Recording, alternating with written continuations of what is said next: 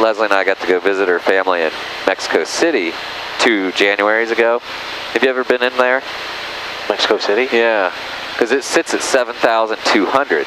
So you don't, you know, so you're performance-wise, you're pretty high. Oh yeah. And then it's surrounded by these 11, 12,000 foot mountains, even above that, right? So it's real cool, like going out of there, jet just, you know, circled and then went on its way, and I was like, this is so awesome, you know?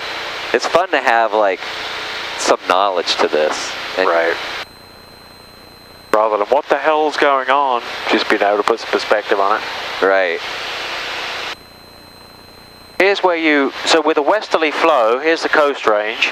What you're likely to get here is an increase in performance, an increase, even though we've got a tailwind, all of the winds are flowing upslope, right. So there's going to be a ballooning effect.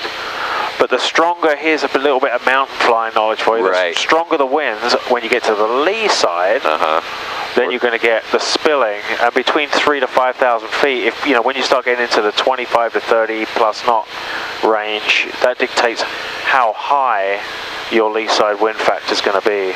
And I've had it stall me out getting up, approaching Mount St. Helens. Wow. Fully stalled, aiming pretty much at the snow coming down, and just the airplane wouldn't fly.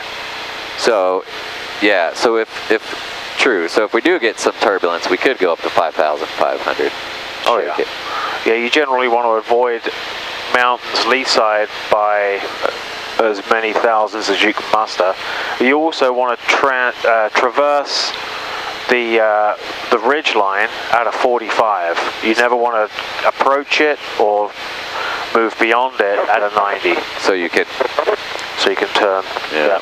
You don't have a complete 90 degree of loss. You have a 45 degree of loss. So are we okay with 3,500 a day? Heck yeah. Okay. Yeah, I think it's probably 25, 30 knots or so. So we'll have a little bit, but by the time it builds, we might have a few bumps in here, but by the time it builds, we'll have a nice valley that we can drop into. Oops, sorry. Yeah, no, you're fine. Okay, cruise checklist, pitch and power. Oh, wait a minute. No false moves. Yes. Okay. Pitch, power, trim.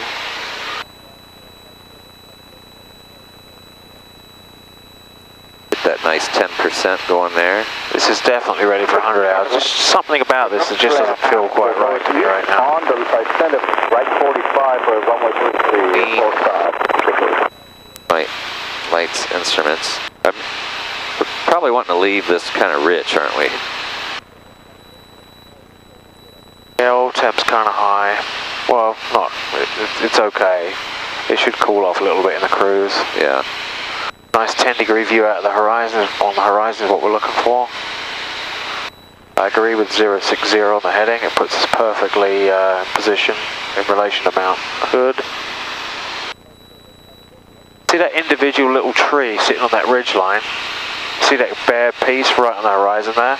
Right in front of us? Yeah. Or, oh, no, way up There's there. a little tiny blob on the top of that. I want you to aim right for that. Let's see what that is. Probably an aeroplane coming right at us. You are talking about the thing that's just dead ahead. Yeah, yep. It's like a clearing and there's a little blob on top of it. These mountains look like they got mohawks. Heck yeah. You know, like it's like a little bunch of little Mr. T foreheads. Yeah. There's one, there's one. There's one just down to the left of the little blob you were talking about. And it's just saying, I pity the fool. I pity you crazy fools. I pity you fools. I ain't getting in no airplane, fool. Mr. T. Murdoch. I want some trash bags. All right. Right, going Okay, so here we go. Switch to the left tank.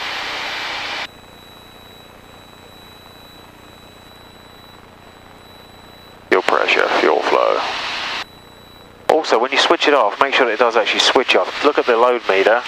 When I switch it on, make sure that when you switch it off, it does drop a little bit. Gotcha. It's not really pulling a huge amount of amps, but... Right. Now,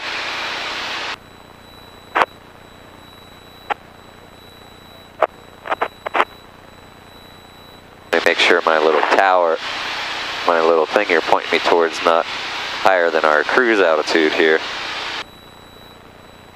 Well, it's the one I'm thinking of is a little to our left. See that thing just... Oh, that very single tree? Yeah. Oh, you want to go towards that? Yeah. I want to see what the fuck that thing is. It needs some love and it's on its own. That's funny. I was looking at... That's funny. That's hysterical. Where would you go now if your engine quit? Boy, you know, I would circle down. Well, yeah, I might. Well, the thing is, you got to pretty much try to land uphill on one of these nice flat, no tree spots. Well, that's such a steep incline. I think we would land, but the impact.